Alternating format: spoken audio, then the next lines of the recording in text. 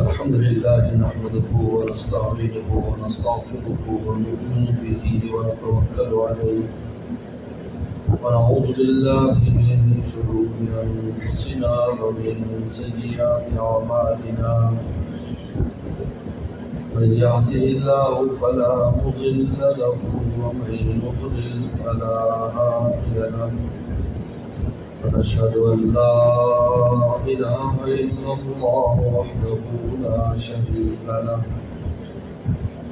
ونشهد أن سيدنا وسندنا وحبيبنا وشفيعنا ومولانا محمدا عبده ورسوله صلى الله تعالى عليه وعلى آله وأصحابه وبارك وسلم.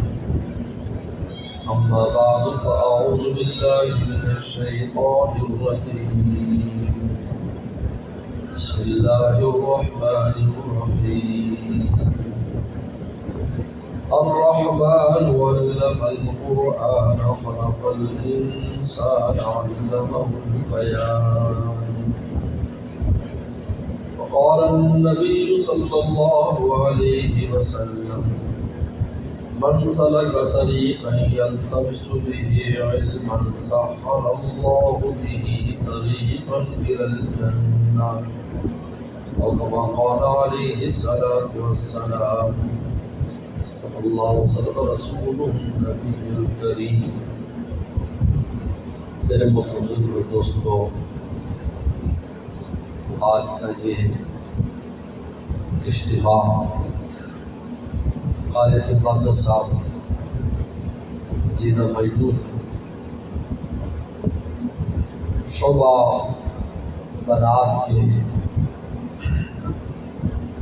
ابتدا کے سلسلے میں منعقد کیا ہے. علم دین پر جتنا مردوں کا حق ہے اتنا عورتوں کا بھی حق ہے.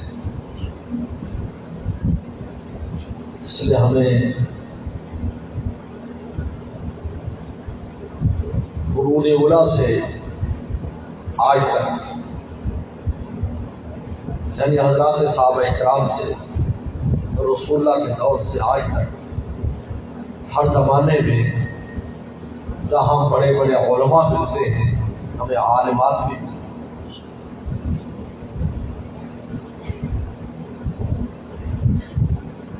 خود ہماری ماؤں میں کوئی مومنین عائشہ صدیقہ رضی اللہ تعالیٰ عنہا کے بارے میں محدثین نے لکھا ہے کہ آدھا علم ان کے پاس. آپ ہی نہیں کیسے آتا اس ایک انسان کی زندگی ایک باہر کے اندر کی رسول اللہ کے اندر کی زندگی کا سوال آ جاتا تو خود ان کے والد سیدنا صدیق اکبر رضی اللہ تعالیٰ آدمی بھیجتے جاؤ ام المومنین کے پاس جاؤ، عائشہ کے پاس. بیٹی نہیں کہتے میری بیٹی کے پاس جاؤ. بیٹی ہونا اپنی جگہ ہے، کام مرتبہ اپنی جگہ. ام المومنین کے پاس جاؤ، عائشہ کے پاس میرا سلام کہو اور کہو کہ اس بارے میں رسول اللہ صلی اللہ علیہ وسلم کا گھر میں کیا ہوگا. وہ بتاتی کہ یہ معاملہ ہے. چنانچہ کتنی روایات، ایک بڑی مشہور روایت ہے ترمذی شریف میں، بخاری میں مسلم ہے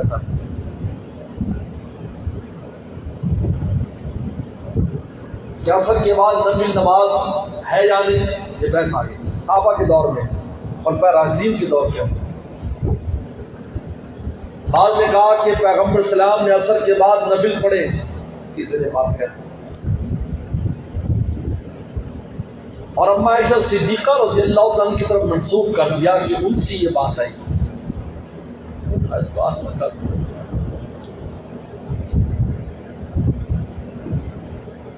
ان کی طرف سے بات آئی. سیدنا فاروق اعظم رضی اللہ تعالیٰ عنہ نے آدمی بھیجا عائشہ صدیقہ رضی اللہ کے پاس. اما کی عجیب شان تھی. اماں کے گھر جو آج حجرہ مبارک پورے عالم کے لیے مرکز بنا ہوا ہے اماں کا،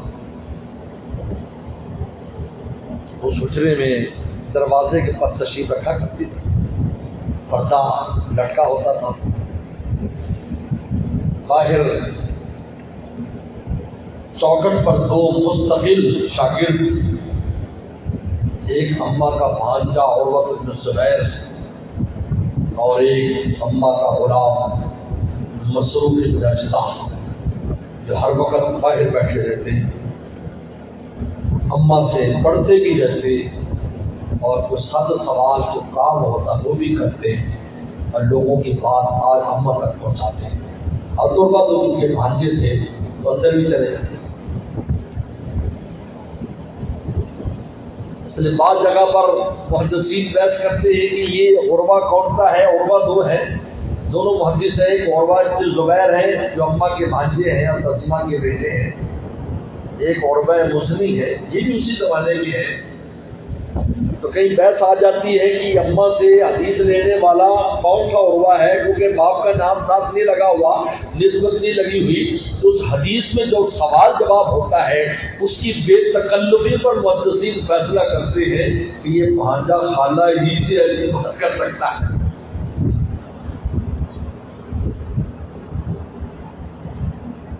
اندر چلے جاتے یہ دو مستقل، اس لیے عائشہ صدیقہ رضی اللہ عنہا سے سب سے زیادہ روایات ان دو حضرات سے، دونوں تابعی ہیں۔ عروہ کے بڑے بھائی عبداللہ بن زبیر یہ تو صحابی ہیں، لیکن یہ چھوٹے بھائی تابعی، سلم کا زمانہ نہیں تھا، بعد میں تک۔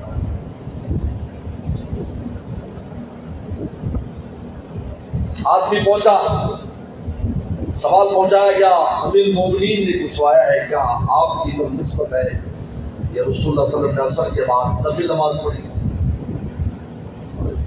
امریکہ نے نہیں، یہ بات مجھے ام سلمہ نے بتائی ہے، آپ ام سلمہ سے اس کی حقیقت پوچھیں۔ ام سلمہ رضی اللہ عنہ کے پاس پہنچ، جب کتنا اہم مسئلہ ہے عصر کے بعد نفل پڑھنے کا،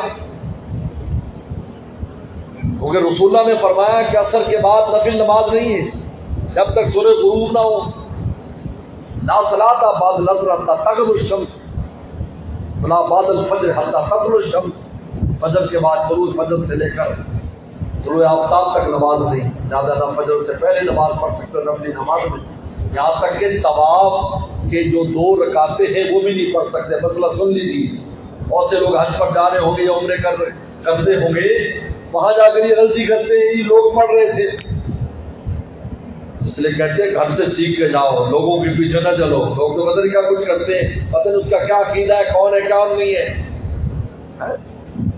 کون ہے تو کون نہیں ہے، ان کے پیچھے چلو گے تم۔ گھر کے سے سیکھ کے جاؤ، اپنے علماء سے سیکھ کر جاؤ۔ اور لوگ پوچھتے پھرتے ہیں، ہر داڑھی والوں کے سمجھتے مفتی صاحب ہے جی تو بتانا بھائی، اور یاد رکھو ہمارے حضرت بنوری رحمۃ اللہ فرماتے تھے مسائل میں سب سے مشکل مسائل حج کے مسائل ہیں۔ ہر سال حج کرنے کے باوجود حضرت فرماتے تھے، ہر سال حج کرنے کے باوجود بھی کسی مقام پر کوئی نہ کوئی غلطی ہونے لگتی ہے تو ساتھی متیقظ کرتے ہیں، متنبع کرتے ہیں، یہ بات ایسے نہیں ایسے۔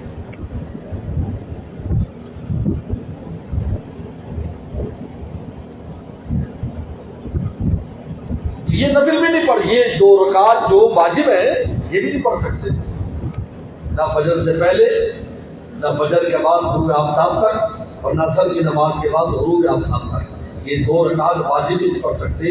یہ واجب اس لیے نہیں پڑھ سکتے، آپ کہیں تو واجب ہے، نفل نہیں ہے، کیونکہ آپ نے خود واجب کی ہے، اللہ کی طرف سے واجب نہیں ہے۔ اگر اللہ کی طرف سے واجب ہو تو لوگ قضا نماز انجام دیں، کیونکہ اللہ کی طرف سے واجب ہے، یا آپ نے طواف کیا تو واجب ہونا، نہ کرتے تو نہ واجب ہوتے، جب فرق ہے۔ اس واجب میں جو اوپر سے ہے اس واجب میں جو آپ کرے، ایک آدمی نظر مانتا ہے یہ بھی واجب ہے، اور ایک رمضان کا روزہ ہے وہ بھی واجب ہے، نظر میں رات سے تمہیں یہ کہنا ہوگا کہ میں روزہ رکھ رہا ہوں آج فلانی نظر کا تو تیرا روزہ ہوگا، اور رمضان میں تو اگر اٹھ جائے اور سوتا رہ جائے تو بعد میں بھی نیت کر لے ہو جائے گا، کیونکہ پہلے سے مولانا نے فرض کیا ہوا ہے۔ کسی اور کی چلنی نہیں، وہ ورنہ کا فرض ہی چلے گا۔ یہ اہم فرق ہے فقہی طور پر، لیکن میں آپ مجمع میں بھی بات کر دیتا ہوں، سمجھا دیتا ہوں، وہ بھی سمجھ آئی کہ ہمارے علماء حضرات کہتے ہیں کہ آپ اتنے مشکل مسائل مجمع میں کر بھی دیتے، سمجھا بھی دیتے، ہمیں تو دستگاہوں میں نہیں سمجھائے جاتے، تو میں نے کہا یہ تو اللہ کی دین ہے۔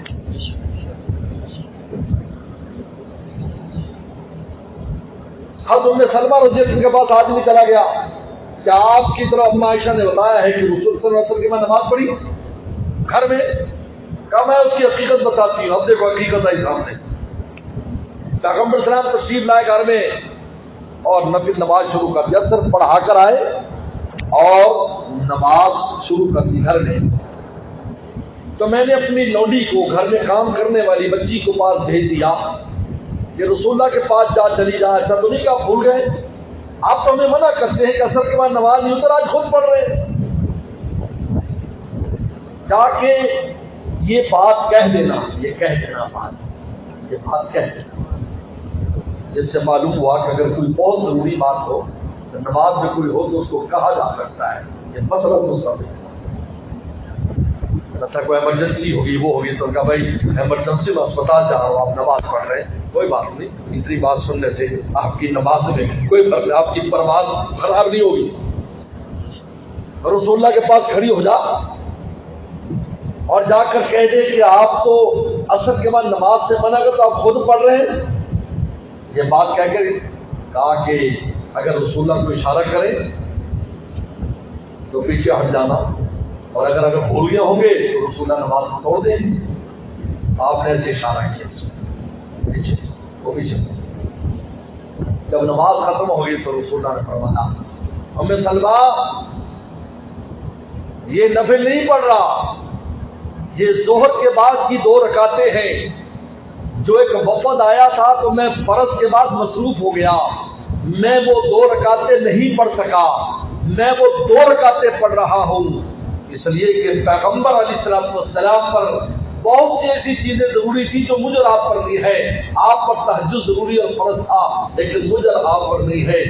ابو سعید خدری سے کسی نے کہا کہ رسول اللہ نے کیسے قضا کیا، ہمارے لیے تو سنتوں کی قضا نہیں، بڑی خوبصورت بات فرمایا ہمارے لیے وہ ہے جس کا ہمیں حکم ہے، رسول اللہ کے لیے وہ ہے جس کا حکم ہے۔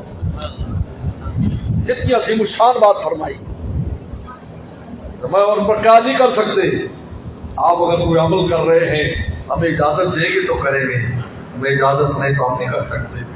پیغمبر اسلام 100 وصال رکھتے تھے، 100 وصال مسلسل روزہ، جس میں نہ سحری ہو نہ افطاری ہو۔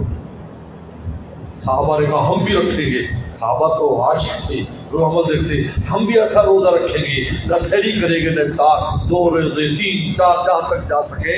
تو رسول اللہ نے فرمایا اللہ یطعمنی ویسقانی، اللہ مجھے کھلاتا پلاتا ہے، تمہارے تمہیں اس کی اجازت ہے۔ ابو سعید خدری رضی اللہ صحابی ہے، بڑی خوبصورت بات فرمائی رسول اللہ کے جن کا ان کو حکم۔ دیکھیے ان 2 ماؤں سے مسئلہ ہے، گھر کا مسئلہ ہے، اندر کا مسئلہ ہے، آپ اس سے اندازہ کیجیے۔ اللہ نے اس علم دین کو، اس علم کو، انسان کی جو امتیاز ہے، انسان جو اشرف المخلوقات ہے اور پورے عالم پر جس کا قبضہ ہے، دنیا پر بھی آخرت پر بھی اس کا قبضہ ہے، اس کی بنیاد یہ علم دین ہے، یاد رکھو۔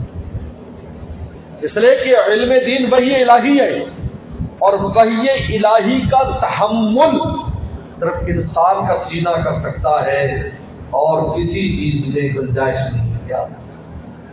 جس میں قرآن بھی جمع ہوتا ہے،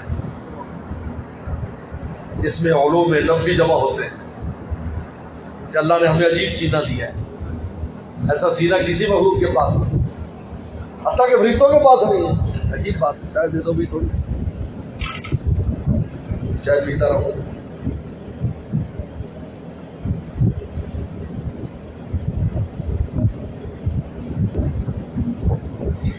فرشتوں کے پاس نہیں. فرشتے آپ سے قرآن نہیں ہے سوائے جبریل علیہ السلام کی.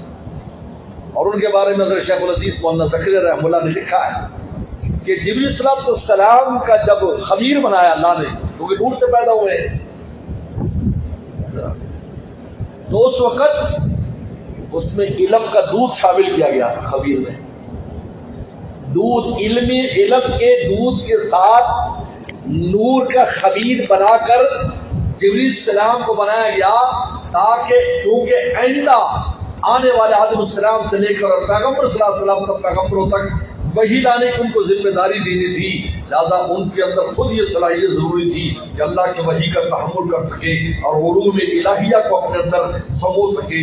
اس لیے ان کو خصوصی ان کی اٹھان تھی اور خصوصی ان کی بنا تھی اور خصوصی اللہ تعالیٰ نے ان کو پیدا فرمایا تھا. لیکن انسان ہر انسان میں اللہ نے یہ صلاحیت رکھی ہے کہ وہ علوم الہی کا وزن اٹھا سکتا ہے. اب اندازہ کیجیے اللہ نے ہمیں کیا بنایا ہے جو آج ہم اپنے آپ کو ضائع کر رہے ہیں. کتنے کروڑوں فرشتے اربوں فرشتے ان کا شمار کرنا مشکل ہے کہ کتنے فرشتے. ان میں ایک فرشتہ یہ السلام جن کو یہ صلاحیت دی گئی کہ وہ علوم الہی کا تحمل کر سکے اور قرآن خود بھی یاد کرے اور جبریل صلی اللہ علیہ وسلم کو لا کے پاس لے کر آئے. اور یہاں اللہ اکبر اللہ اکرم فرماتے ہیں من نطفۃ امشاج ہم نے اس انسان کو 2 گندے پانیوں سے پیدا کیا ہے. آگے فتح فجعلناہ سمیعا بصیرا لیکن پھر ہم نے اس کو ایسا شاندار بنا دیا یہ سننے والا بھی ہے دیکھنے والا بھی ہے. اس کو ایسا بنا دیا علوم الہی کا تحصیل کر رہا ہے.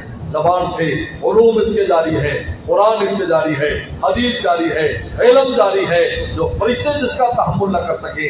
ہم نے حضرت انسان ہر انسان کو ایسا بنا رہا مردوں کو بھی عورتوں کو بھی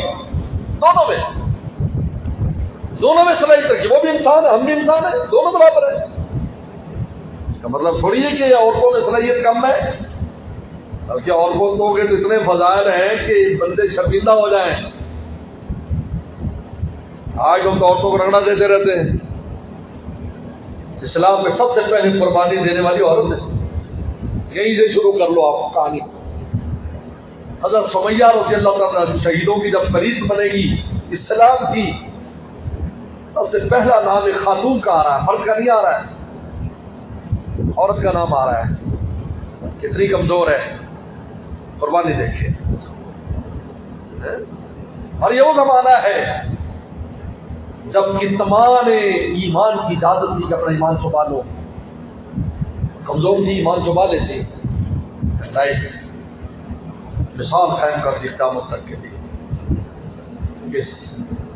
اس میدان میں دین کے میدان میں علم کے میدان میں اللہ رسول کے عشق کے میدان میں عورتوں نے کہا ہے مردوں ہم تم سے پیچھے نہیں. عورتوں کا وفد آیا رسول اللہ کے پاس جب جہاد کے فضائل آئے عورتوں کا وفد آیا جن کی سربراہ اما عائشہ صدیقہ رضی اللہ تعالیٰ عنہ تھی. اللہ کے نبی ہمیں اجازت دیجیے ہم جہاد میں نکلنا چاہتے ہیں. حوصلہ دیکھیے واضح اور آج کا تو عجیب حوصلہ تھا. آپ کتاب المغازی پڑھ لیں تو آپ حیران ہو جائے گا. ہر جنگ میں رسول اللہ صلی اللہ علیہ وسلم کے ساتھ کسی زوجہ مطہرہ کو لے گئی. جنگ میں یہاں کی لڑائی وڑائی ہو یا کچھ ہو تو تم لے کے جاؤ گے تو ریمنڈ نہیں لے آتے. بالکل تو رہے گا ریمنڈ تو میں لے جاؤں لیکن تو روٹی پانی کا مسئلہ ایسا مسئلہ ہونا مسئلہ جنگ میں جا رہی ہے. پڑھو کبھی کوئی پورے اندازی ہوتی تھی کون جنگ میں جائے گا. سبحان اللہ. جانوں کے خطرے ہر قسم کے خطرات. آج کا زمانہ تھوڑی تھا خطرات ہی خطرات. آپ کو دشمن ازواج مطہرات رسول اللہ کے ساتھ جاتے. سبحان اللہ. جی حیران ہوتا ہے انسان اللہ نے ان کو کیسا بنایا کیسے امو ہمت والی خواتین. تو آئی کہ ہم جہاد کے لیے نکلنا چاہتی ہیں. میں جہاد کن الحج، اور میں تمہارا جہاد حج کرنا ہے. زیادہ عورتوں اور بوڑھوں کے لیے بڑی بشارت ہے، جب وہ حج پر جاتی ہیں اور بڈھے جاتے ہیں تو ان کو نہ صرف حج کا ثواب ملتا ہے بلکہ پورا پورا جہاد کا بھی ثواب ملتا ہے. پلے باندھ لو میری بات کو. حج کا ثواب نہیں ملتا، حج کا ثواب تو سب کو ملتا ہے. وہ کیا ہے؟ الحج المبرور لیس له الجزاء الا الجنہ. حج مبرور کی جزا جنت ہے، اور ایسے پاک ہو جاتا ہے جیسے آج ماں کی پیٹ سے. لیکن بوڑھے کے لیے اور عورت کے لیے فرمایا کہ یہ جہاد، اس کو جہاد کا اجر ملتا ہے. جیسے مجاہد گھر سے نکلے اور وہ جہاد کرے اور پھر مال غنیمت کے ساتھ وہ واپس آئے. رسول اللہ نے بخاری میں فرمایا کہ مجاہد جب گھر سے نکلتا ہے پھر دو طرح کے مجاہد، تین طرح کے مجاہد ہوتے ہیں. ایک وہ ہوتا ہے جو صرف اجر لے کے آتا ہے، ایک وہ ہوتا ہے جو اجر کے ساتھ مال غنیمت لے کے آتا ہے، اور ایک وہ ہوتا ہے جو اپنی جان مولا کی راہ میں قربان کر دیتا ہے. جہاد کن الحج. یہ ہماری اماں نے حجۃ الوداع کے بعد کوئی حج ناغا نہیں کیا. میں ان لوگوں کے لیے کہتا ہوں جو کہتے ہیں ہر سال حج کا کی فائدہ، غریباں تقسیم کر دو. میں تجربے کی بات بتا رہا ہوں. غریبوں میں تقسیم کرنے والے بھی حجی ہوا کرتے ہیں. حجی فلاں کام میری بچی کھاتی ہے اور اللہ منڈی فلاں حاجی صاحب کو جاؤ وہ امداد کرتے ہیں. جیسے مسٹر صاحب کا نام آج تک کسی نے لیا، اس کا توفیق ہی نہیں ہے. باتیں وہ بناتے ہیں کہ بھی آج کل آیا بھائی ہے. ابھی تم نے کسی کہا کہ فلانا مسٹر جو ہے، فلانا افسر، فلانا مسٹر وہ بڑی امداد کرتا ہے. ابھی یہ کہو گے فلانا حاجی صاحب خرچ بھی وہی کرتے راہ مولا میں. تو اما صدیقہ رضی اللہ تعالی نے پیغمبر صلی اللہ علیہ وسلم کے دنیا سے جانے کے بعد کوئی حج ناغا نہیں فرمایا. پہلا حج حجۃ الوداع ہے. اماں کی عمر 18 سال کی اس وقت، 18 سال عمر. 18 سال سے 65 سال تک اماں نے کوئی حج ناغا نہیں کیا. جذبہ جہاد تھا. جہاد کل الحج. کو سب آسان نہیں تھا، جو بہت آسان ہے. ایک نماز یہاں پڑھتے ہو، دوسری نماز حرم میں پڑھتے ہو جا کے، اتنا ہوتا.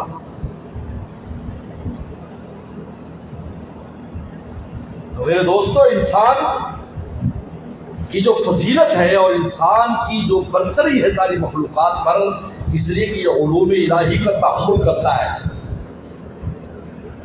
اس لیے پیغمبر صلی اللہ علیہ وسلم کے زمانے میں ابتدا قرآن سے ہوتی تھی. معیار قرآن تھا. آج تو معیار مصری ہے. قرآن نہیں مصری ہے. قرآن تھا، قرآن سے بات شروع ہوتی، تعلیم شروع تو قرآن. سرداری دینی قرآن. کتنا قرآن پڑھا ہوا ہے. چل تو سردار. امام بنانا ہے قرآن. کوئی چھوٹے بچے کا قصہ آتا ہے، 12-13 سال کا تھا. گاؤں والے مسلمان ہو گئے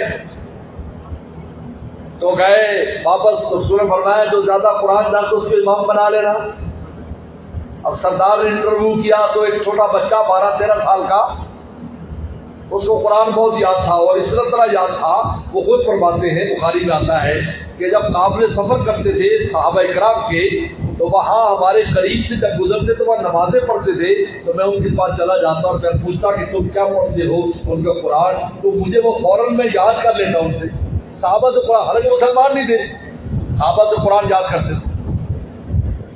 تو مجھے کافی سارا قرآن یاد ہو گیا، حالانکہ میں کلمہ نہیں پڑھا. اب بعد میں جب قوم قبیلہ مسلمان ہو گئے، یہ بھی مسلمان ہو گئے، تو ان کو قرآن سب سے پہلے یہ بہت قرآن پہلے سے یاد ہے. اور قرآن کی عجیب بات ہے، عجیب شان ہے. ہمارے ایک حاجی صاحب تھے سندھ میں، ہندو تھے، اور ہندو بھی اتنے اونچے درجے کے کہ گرجے کے متولی اور منتظم تھے. گرجے کے اس کے کیا کہتے ہیں اس کو، مندر کے تالا کھولنا بند کرنا، سارا پنڈتوں کو پیسے چیسے دینے، یہ وہ ذمہ دار تھے. انہوں نے خود مجھے سنایا، پھر بعد میں مجھ سے بحث بھی ہوئے، ان کا انتقال ہو گیا. کہا کہ میں ہمارے ایک دوست تھے، کہتا وہ تھے مولوی صاحب، کہتا میں کبھی کبھی جاتا دکان پر ان کی بیٹھتا، سندھ میں بہت ہیں ہندو حضرات، بہت ہیں بڑے بڑے کاروباری، میرے والد کاروباری تھے، وہ بھی کہتا مولوی صاحب کاروباری تھے۔ تو میں نے کہا یار کبھی کبھی بڑی مشکل پیش آتی ہے میں کاروبار میں، ہم تو اپنا منتر شنتر پڑھتے ہیں چلتا نہیں، تمہارے ہاں بھی کوئی چیز ہے؟ ان کا ہمارے ہاں بھی ہے، ایسی چیزیں پڑھو گے تو کام ہوگا۔ کہتے اس نے مجھے قل واللہ یاد کرا دی، سورت بھی کون سی یاد کرائی؟ قل واللہ یاد کرا دی۔ مجھے کیا پتا بھی اس قل واللہ کے اندر کیا آگ بھری ہے، توحید ہی توحید، کہاں ہندو اور کہاں توحید، جیسے سورہ اخلاص سورہ توحید ان کو کہا جاتا ہے۔ اور قل واللہ ایک صحابی تھے، وہ ہر نماز میں قل واللہ، ہر سورت کے ساتھ قل واللہ ہی پڑھتے تھے، بخاری میں آتا ہے۔ صحابہ نے کہا یہ عجیب ہے، ہر سورت کے ساتھ قل واللہ ضرور ملاتا ہے، پہلے کوئی اور پڑھے گا آخر میں قل واللہ پڑھتا ہے۔ آپ نے فرمایا تو قل واللہ کیوں پڑھتا ہے؟ کہا مجھے اس سے محبت ہے، فرمایا اس کی محبت مجھے جنت میں لے جائے، بخاری کی حدیث۔ تو مجھے حاجی صاحب نے خود بتایا کہ مجھے کوئی کام کاروباری پیش آتا، میں قل واللہ شروع کرتے ذرا کام ہو جاتا، میرا یقین پڑتا گیا یار ہمارے وہ پنڈت لوگ تو بتاتے ہیں بڑے منتر شنتر، لیکن دال نہیں گلتی، لیکن یہ پتہ نہیں کیا چیز ہے اس میں، یہ تو کہتا بعد میں مانا سب میں آ کے سارا کچھ چیز میں کہتا۔ پھر میرے دل میں عجیب بات ہوئی کہ کچھ عرصے کے بعد کہتا وہ آخر میں تالا لگایا کرتا تھا اس کو منتر کو، تو مجھے اس صورت کے پڑھنے کے بعد مجھے اس کو میں ایسی تلاوت کرتا رہتا، کہتا میں جب رات ہوتی نا تو میں اندر سے دروازہ بند کر لیتا اور بتوں کو نا ڈنڈے مارتا، یہ دیکھنے کے لیے کہ یار یہ مجھے کچھ کر سکتے یا نہیں، اور میں قل واللہ پڑھتا رہتا یار یہ ادھر دیے گئے تو کہتے تجھے کچھ نہیں ہوگا، کہتے میں ان کو ڈنڈے مارتا، تجھے کان بڑھتا، تجھے کچھ کرتا اور وہ گالیاں بھی دیتا، کہتے میں کب دیکھتے کچھ کرتے بھی نہیں، کیا مجھے کچھ بھی نہ ہوتا؟ کرتے کرتے اللہ نے ایمان کا کلمہ دے دیا اور ان کے ہاتھ پر سینکڑوں مسلمان ہوئے جو بڑے تھے اور قبیلے کے، اور اللہ نے مال بھی بہت دیا، فیکٹریاں چاول کی فیکٹریاں اور بہت کچھ، اور بہت بڑا مدرسہ بنایا۔ میں کئی دفعہ سندھ گیا ہوں، میرے گھر پر میرا قیام ہوا، اور ہندو جو مسلمان ہوتا اس کو باقاعدہ مکان بنا کے وہ اپنے خرچے بھرتے تھے، کتنے 100 ہندوؤں کو مکان بنا کے بھرتے تھے۔ تو صحابی فرماتے ہیں کہ مجھے اب چھوٹا سا بچہ تھا، قرآن اس طرح یاد ہو گیا، انہوں نے کہا جب آپ ہمارے امام ہیں اب پہلی نماز پڑھائیں۔ تو آپ کو پتا ہے پہلے زمانے میں ہمارے ہاں بھی ایسا ہوتا تھا، اب تو ماشاءاللہ ماڈرن زمانہ ہو گیا، پیدا ہوتی پینٹ شرٹ بچوں کو اڑا دیتے، پہلے ہوتا تھا مجو ننگا پھرتا ہوتا ہے، صحیح کہہ رہا ہوں غلط کہہ رہا ہوں؟ مجو ننگا یعنی نیچے کوئی چیز نہیں، اوور قمیض ہوتی، اب آپ وہ چلے گی تو پھر قمیض کہاں جاتے ہیں، لیکن وہ اچھا زمانہ تھا۔ آج ویسے بڑی حیا ہے جی، بچپن سے وہ ڈال رہے ہیں، لیکن ہر بے حیائی کا کام کر رہے ہیں، اللہ معاف کرنا ہے، ہر بے حیائی کا کام کر، ہر بے حیائی کا کام کر۔ پہلے بددعا بخاری میں آتا ہے، ماں نے بددعا دی ابن جریج کو، ابن جریج تجھے موت نہ ہے جب تک کنجری کا منہ نہ دیکھ لے، بخاری میں آتا ہے۔ ابن جریج نیک انسان، اللہ والا انسان تھا، لیکن ماں کسی بات پر ناراض ہو گئی، ماں فوت ہو گئی، بددعا پہنچ گئی، اس لیے ماں کی بددعائیں نہ کیا کرو۔ نیک انسان تھا، اللہ والا انسان تھا۔ اس وہاں پر ایک عورت نے جو بکریاں چراتی تھی اور ایک مرد جو بکری چراتا تھا، اس نے زنا کیا، بدکاری کی، بچہ پیدا ہو گیا، وہیں پر ان کی وہ جو ہے عبادت خانہ تھا ابن جریج کا، انہوں نے کہا ایک کس کا بچہ ہے؟ کہا ابن جریج کا ہے۔ اب ہم لوگ تو ایسے ہی ہیں، اللہ معاف کرنا، بس ایک سن لو، تحقیق کے بغیر بھاگ پڑتے ہیں۔ یہ مجھے میسیج لوگ بھیجتے جی یہ میسیج کو فارورڈ کرو جی، اس کو فارورڈ کرو، جو کرے جی فارورڈ۔ حدیث میں آتا ہے کوئی بات جس پر پہنچے اس کی تحقیق کر، اگر تو نے ویسے آگے چلا دی تو 2 جھوٹوں میں سے 2 بھی جھوٹا ہے، آج تو نہیں چلا ہے۔ اگر پہلے اس بات کا ثبوت پیش کرو، یہ بات جو آئی ہے یہ واقعی صحیح ہے، پہلے ثبوت پیش کرو، بھاگ جاتے ہیں ہم فارورڈ بڑی تمہیں کیا پتا اس بات نے کیا کیا ایسی چیزیں. یعنی عجیب بات ہے, دشمنان اسلام کے میسج ہم چلا دیتے ہیں جو اسلام کے اس کے اندر جو ہے وہ زہر بھرا ہوتا ہے, اوپر سے اسلام کا نام ہوتا ہے, ہمیں خیال بھی نہیں ہوتا, ہم چلا دیتے ہیں وہ جوش میں. یہ کیوں بھائی؟ تحقیق کرو. ان جاکم فاسقون بنبأ فتبین, لوگ گئے ان کا عبادت خانہ گرا دیا, مارا پیٹا, بادشاہ کے بعد پیشی پڑ گئی. پیشی پڑی تو اس کنجری کو لایا گیا اور وہ بددعا تھی نا. اب عدالت میں آئے تو دیکھنا پڑا کہ کون عورت ہے جو مجھ پر الزام لگتی. کہا یہ عورت ہے, یہ بچہ کہتی یہ بچہ تیرا بچہ ہے, تو نے بدکاری کی ہے, وہاں بکریاں چلانی جاتی, تو نے زبردستی کیا اس کے ساتھ. ابن جریج کو اپنی ماں کی بات یاد آئی کہ تجھے موت ہے جب تک کنجری کا منہ نہ دکھے. 2 رکعت نماز پڑھی, اس بچے کے پاس گئے جو 1 دن کا بچہ تھا, 2 دن کا. کہا مدبو تیرا باپ کون ہے؟ انہوں نے کہا میرا باپ فلانا چرواہا ہے. بچہ بولا. حدیث میں آتا ہے وہ چند لوگ جن کے لیے بچے بولے ہیں ان میں سے ابن جریج ہے. لیکن میں بات یہ کہنا چاہتا ہوں, بے حیائی کا عالم یہ ہے, آج ہماری آنکھ ان کجریوں کو دیکھنے سے بچی نہیں ہے. جو بددعائیں جن کے لیے ہوتی تھی تب جا کر وہ دیکھتے تھے, آج سب لگے ہوئے. حرمتی ختم ہو گئی, اس کی مذمت نہ رہی. خیر وہ نماز انہوں نے پڑھائی تو ہوا چل رہی تھی تو ان کا پیچھے سے قمیض اوپر اٹھ گئی, کیونکہ نیچے کچھ نہیں پہنا ہوا تھا. حدیث میں آتا ہے ایک عورت نے کہا جن کی آواز بڑی تھی, بھاری آواز, انہوں نے کہا لوگوں قاری صاحب کے چوتر تو چھپاؤ.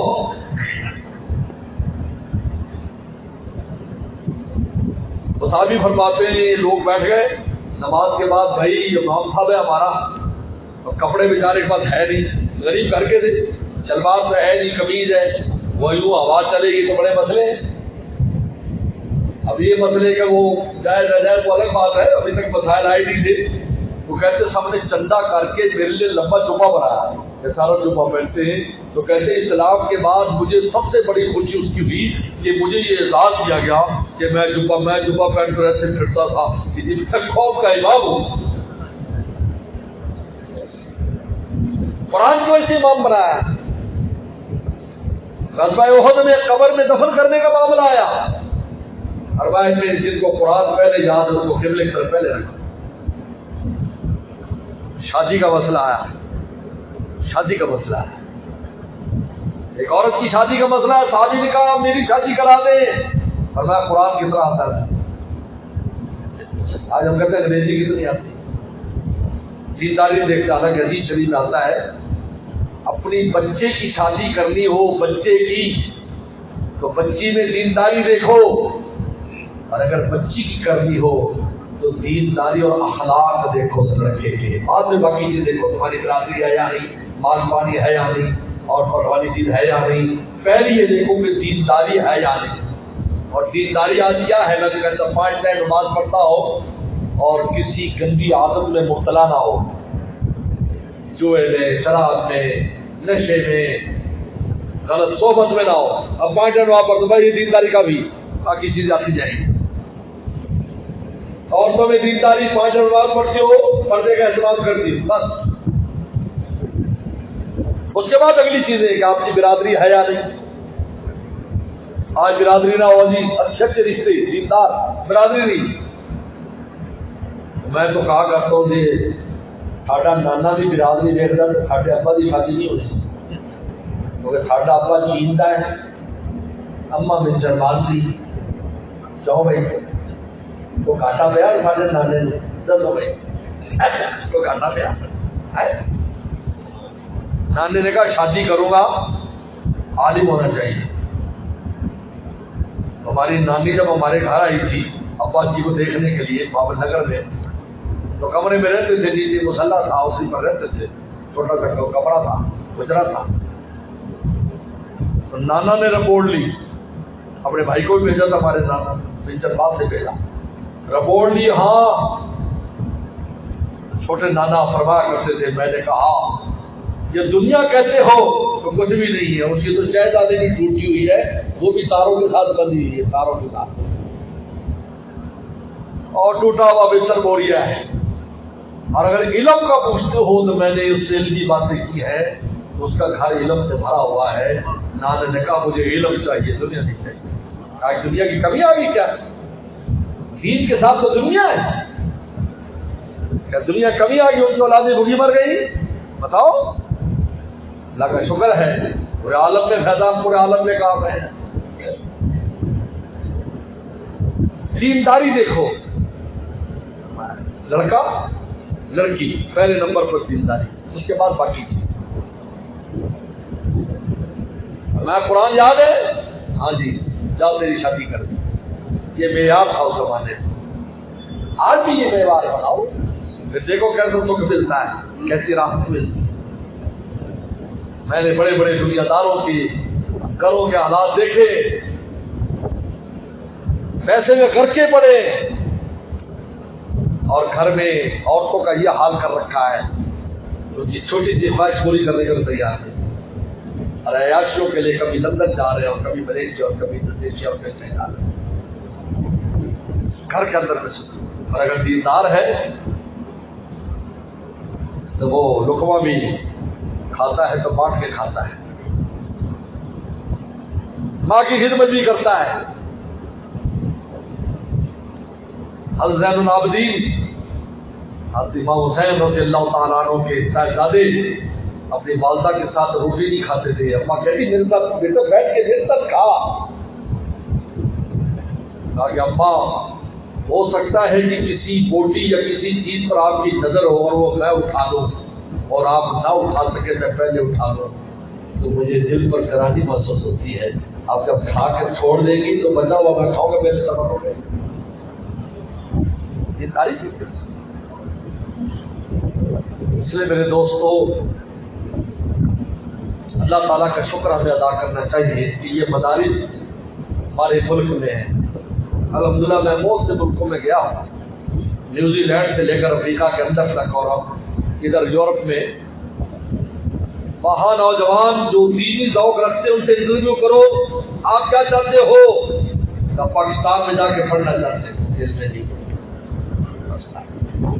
ہم ڈاکٹر بنانے کے لیے وہاں پہ بھیج رہے ہیں۔ انگلینڈ میں اس کا تو دروازہ کھلا ہوا ہے، ہر دوسرا بندہ انگلینڈ میں دی جاتا ہے، وہ بھی سب کو ویزے دے رہے ہیں، ہمیں نہیں دے رہے، بہت سے پیسہ لیتے ہیں، 60 لاکھ 70 لاکھ۔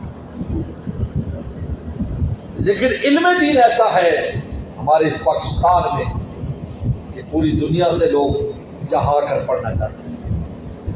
اتنی بڑی نعمت ہے جو ہمیں مفت میں آتے ہیں، آپ اس کو معمولی سمجھتے ہیں؟ میں جا کے اس کی قدر دیکھو، ان کی قدر آئے گی کیا ہے، آپ کے علماء کیا ہے۔ روتے ہیں لوگ، ہمیں ایسا علماء میسر نہیں ہے۔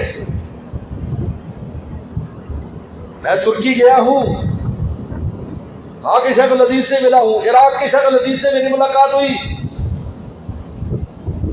آپ کو ایسے لگے گا جیسے کسی سرکاری دفتر کا افسر ہے، پینٹ شرٹ پہنی ہوئی ہے، داڑھی ندارت ہے، آپ برداشت کریں گے؟ آپ کے امام ایسا ہو بولو، جو علماء ہے شیخ الحدیث ہے۔ ہاں بہت علم ہے، باتیں بہت علمی باتیں، اونچی اونچی باتیں کر رہے ہیں،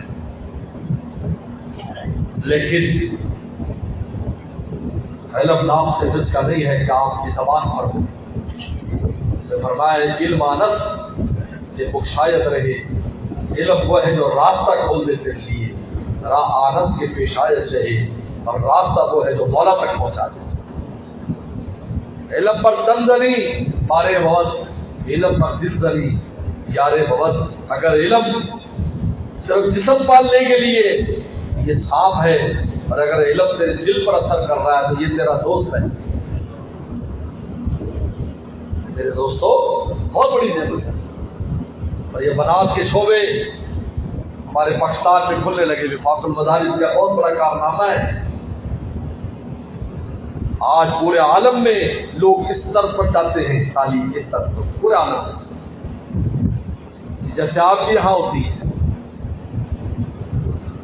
دین بھی آتا ہے، عمل بھی آتا ہے۔ دیکھو کمی بیٹی لوگ کہتے ہیں فلاں جگہ یہ ہو گیا، فلاں جگہ یہ ہو گیا،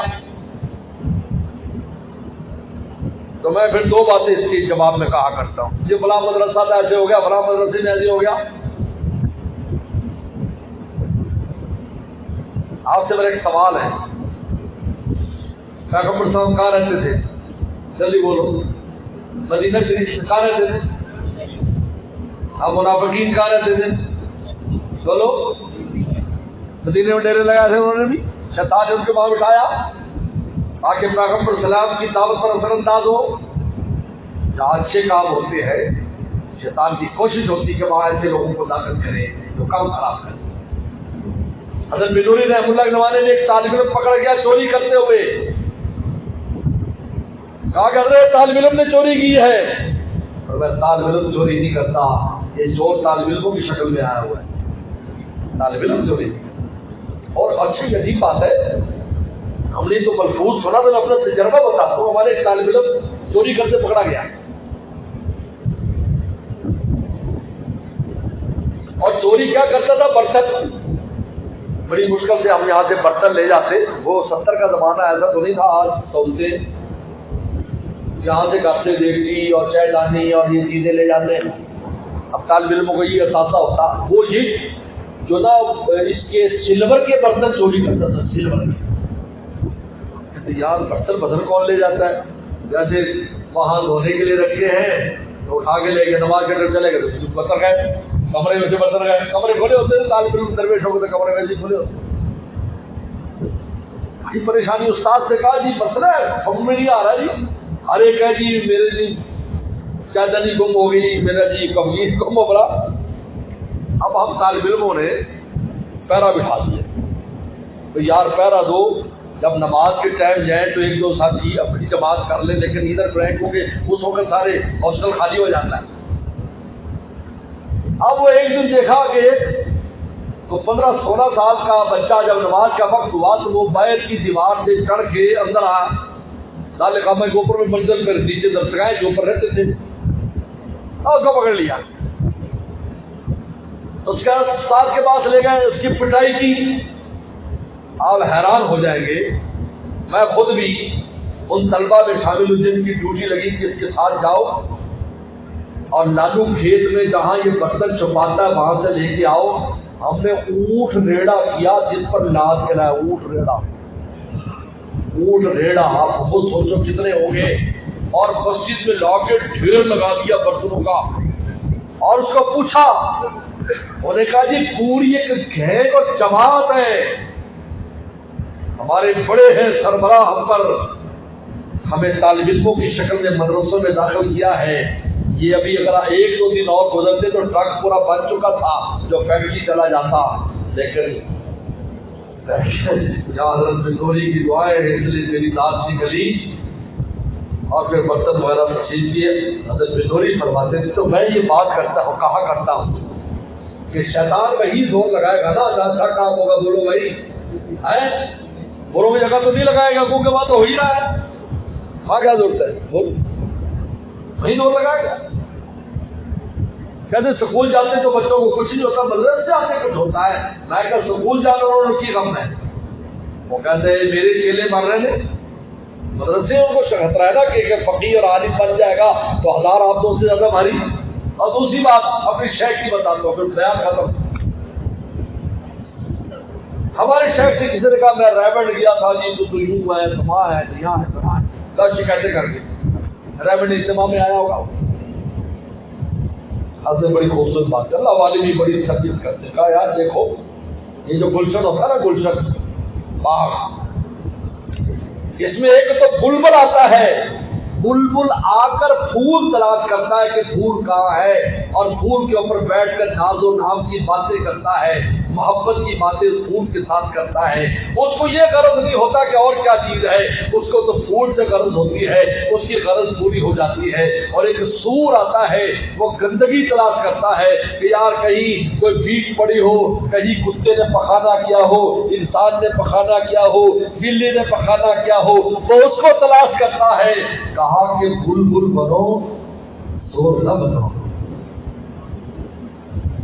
تم یہ دیکھو کہ وہاں اچھا ہے، لوگ کون اچھا کام کیا ہے، اس سے غلط کبھی ہوتا یہ تم گئے کس لیے ہو، اگر صحابہ کرام ان منافقین کی باتوں پر جاتے صحابہ بنتے ہیں جو ہر آنے والے کو برا ایسی باتیں کرتے تھے کہ یار کیا کرنے آیا تم،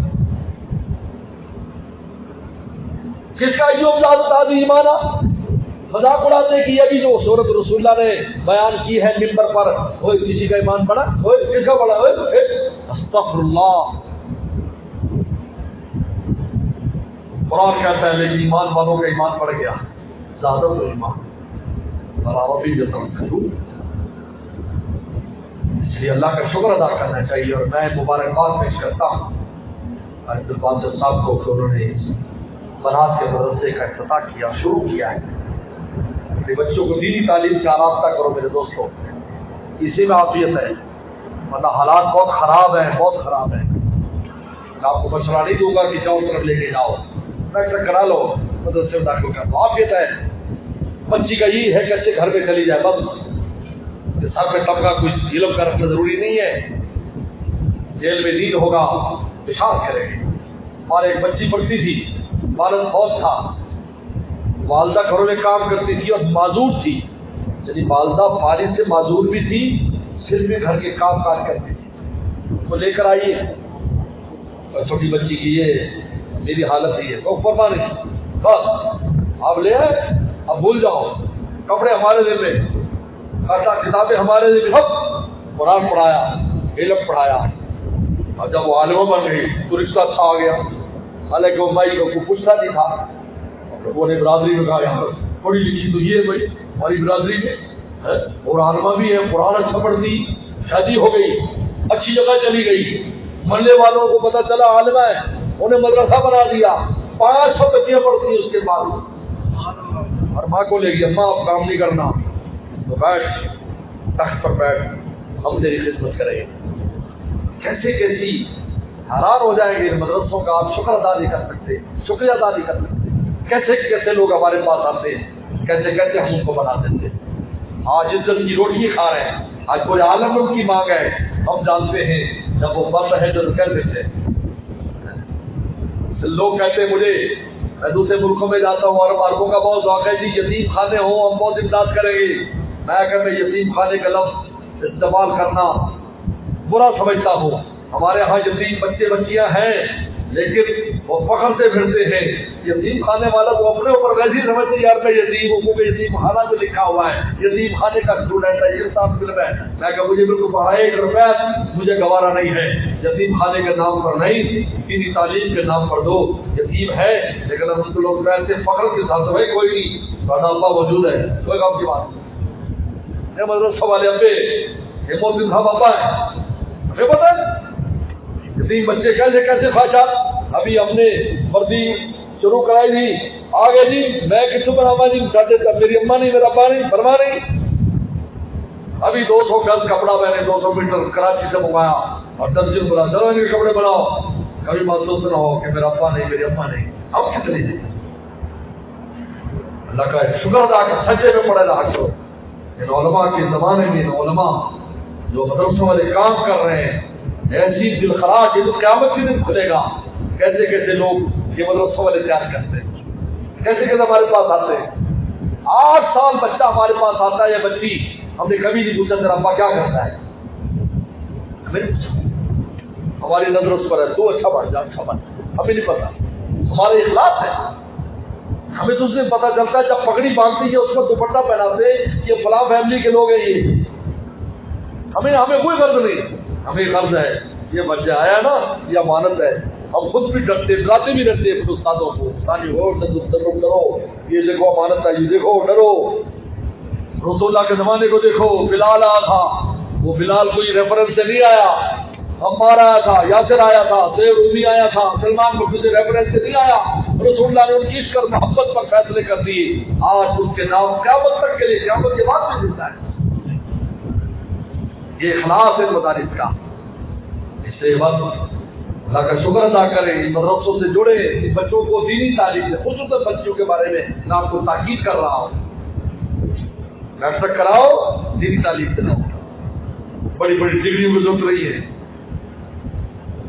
کوئی عالمہ میرے پاس پریشان ہو کر نہیں آئے گی میرا رشتہ جو تھا یہ نہیں تھا وہ نہیں ہوتا، فوراً اللہ تعالیٰ سے دروازہ کھول دیتے۔ ڈاکٹروں کے آئے ہوئے ڈاکٹر نہیں آئی ہوئی ہیں, انجینئر آئے, یہ بڑی بڑی ڈگریاں جتنا لیول اس کا کر دیتا بندہ پہنچ دے گی برابر کو ہے, اگر اوپر ہونا تو کیوں پہنچے گا. عمریں گزر گئی, 30 سال عمر ہو گئی, پڑھائی میں 30 سال گزار دی, 28 سال گزار دی. یہ شادی کی عمر ہے, کیسے شادی ہوگی؟ کہاں سے 40 سال کا ملے گا, 50 سال کا ملے گا, دوسری شادی والا ملے گا, کیا ملے گا؟ اس لیے میں آپ حضرات کو کہتا ہوں میٹرک کراؤ یا آپ بھی کرا دیں, مدد سے داخل کرو, دینی تعلیم دلاؤ, آپ کے لیے صدقہ جاریہ کریں, آپ کے لیے دعائیں کریں گے, قرآن پڑھیں گے. باقی بچیوں کے لیے یہی ہے کہ اپنے گھر بار والی ہو, اولاد کو بنائیں, تربیت کریں.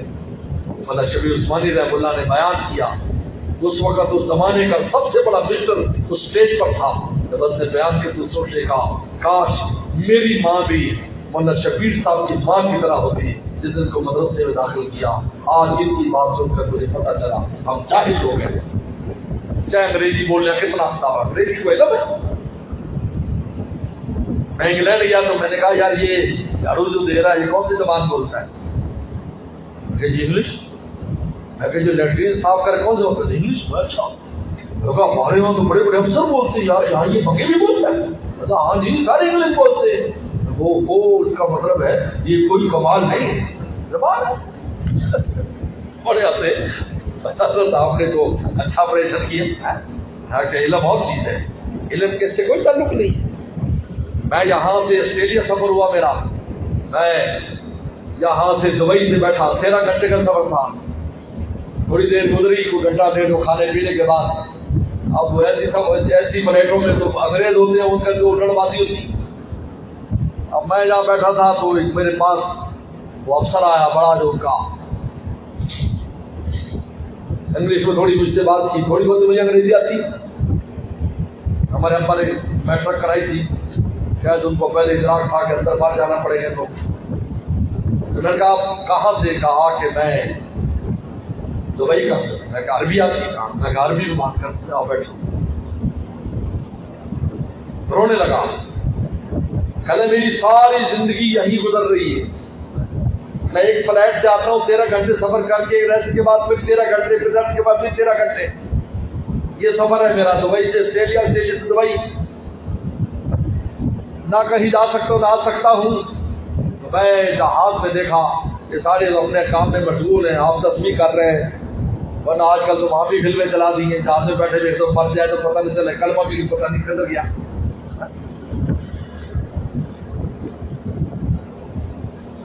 ایک دفعہ ہوا ایسے جہاز گرنے لگا ایک جگہ پر, اللہ تعالیٰ نے حفاظت کی. آج طالب بیٹھے ہیں تو میرے ساتھ جو بیٹھے مسلمان تھے, کلمے کی بجائے کو اور کرو, میں کلمہ پڑھو بھائی, کلمہ پڑھو, چلو پڑھو لا الہ الا اللہ لا الہ الا اللہ. پھر تو گھنٹہ ڈیڑھ کسی تو کلمہ چھٹے ہی, خیر بچت ہو گئی.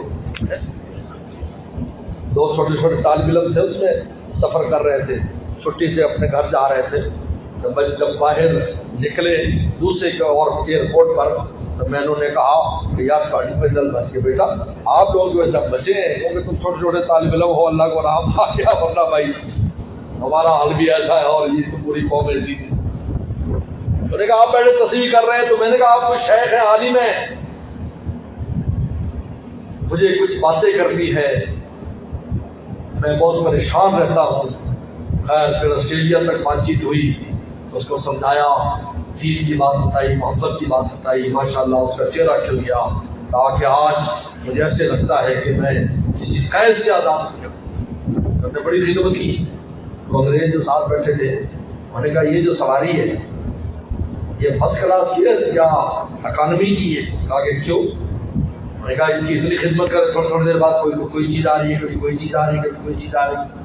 میں نے کہا تم نہیں جانتے تو فرسٹ کلاس سے آگے بزنس کلاس سے اگلی سواری کا تو پائلٹ کی جگہ بیٹھنا چاہیے.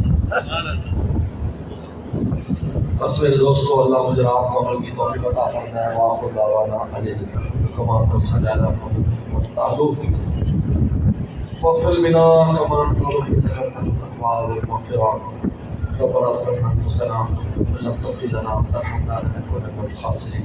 اللهم انا نسالك الهدى والتقى والعفاف والغنى اللهم صل على محمد وسلم یا اللہ اشارے سے دوسرے راجوں کی طرف عطا فرما. یا اللہ جو شعبہ بنا شروع کیا ہے قاری صاحب نے اس کو خوب ترقیات سے نواز. یا اللہ پورے علاقے کو اس استفادے کی توفیق عطا فرما. اپنے بچے بچیوں کو دینی تعلیم دلوانے کے لیے توفیق عطا فرما. قاری صاحب کو اور ان کے تمام عملے کو یا اخلاص کے ساتھ اس مہمانان رسول صلی اللہ علیہ وسلم شدت کی توفیق عطا فرما. یا اللہ آپ انتظار نصیب فرما. یا اللہ تمام دینی اداروں کو یا اللہ بہت بڑی نعمت پاکستان میں ان کی خوب حفاظت فرما. خوب حفاظت فرما. ہمارے علماء کی حفاظت فرما. مدارس بورڈ کی حفاظت فرما. یا اللہ یا اللہ یا اللہ پاکستان کے چپے چپے پر اپنے رحمت کا نزول فرما. اپنی رحمت کا نزول فرما. برکات کا نزول فرما. اللہ یہ بہت پیارا ملک ہے. بہت پیارا ملک ہے. یا اللہ پورا عالم کو خراب کرنے پر لگا ہے. یا اللہ اور مکر اللہ مطلب ہے باقی آپ بچانا چاہے اچھا کرنا چاہے ان کی کوئی مجال نہیں. یا اللہ ہمارے ملک کو ہر اعتبار سے اچھا فرما. معیشت کے اعتبار میں اچھا فرما. دین کے اعتبار میں اچھا فرما. ظاہر باطن کے اعتبار سے ہمارے ملک میں اچھا فرما. اور جتنے بھی شعبے ہیں ان کو خوب ترقیات سے نواز. سب کو یا اللہ یا اللہ پوری محبت کے ساتھ اس ملک کی خدمت کی توفیق عطا فرما. ہمارے مدارس مساجد خانقاہ ہوگی تو دینی اور تبدیلی مراکز کی خوب حفاظت فرما. خوب ترقیات عطا فرما. یا اللہ جتنے لوگ ان مدرسوں سے تعلق رکھتے ہیں خدمت کرتے ہیں محبت کرتے ہیں ان کو خوب خوب برکتیں نصیب فرما. عافیت نصیب فرما. یا اللہ ہمارے مرحومی پر قربان کی مقصد فرما. ہمارے والدین مشاعر الزمان وقت مقصد فرما. بیماروں کو شفا عطا فرما. بیماروں کو شفا عطا فرما. میرے دوست کے والدین بیمار کو شفا عطا فرما. ہمارے ایک دوست کو فارغ تھا ان کی شفا عطا فرما. جتنے بھی بیمار ہیں یا اللہ سب کو شفا کاملہ عطا فرما. یا اللہ ہماری رزق میں برکت فرما. ہماری کھیتی میں برکت فرما. نوکریوں میں برکت فرما. تجارت میں برکت فرما. یا اللہ جو بھی رزق کے وسائل جس میں ہے اس میں پیدا فرما. یا اللہ اس سال حج پر جو لوگ جا رہے ہیں یا اللہ ان کے لیے آسانیاں فرما. ان کے حج پر سے مقبول فرما. حج مقبول فرما. آپ کے برکروں کا معاملہ فرما. رحم کا معاملہ فرما. یا اللہ یا اللہ یا اللہ اللہ یا اللہ اولادوں کو دیکھ سال اولاد عطا فرما. اولاد والے کو اولادوں کو دیکھ سال وظیفہ فرما بردار فرما. یا اللہ جن بچوں کے رشتے میں اچھے اچھے جوڑ عطا فرما. جن کے رشتے اور گھروں میں اپن سکون عطا فرما. آپ کے برکرم کا معاملہ فرما. یا اللہ اس ادارے کے جتنے بھی منصوبے ہیں سب کو یا اللہ آپ کے ساتھ دن تک پہنچا.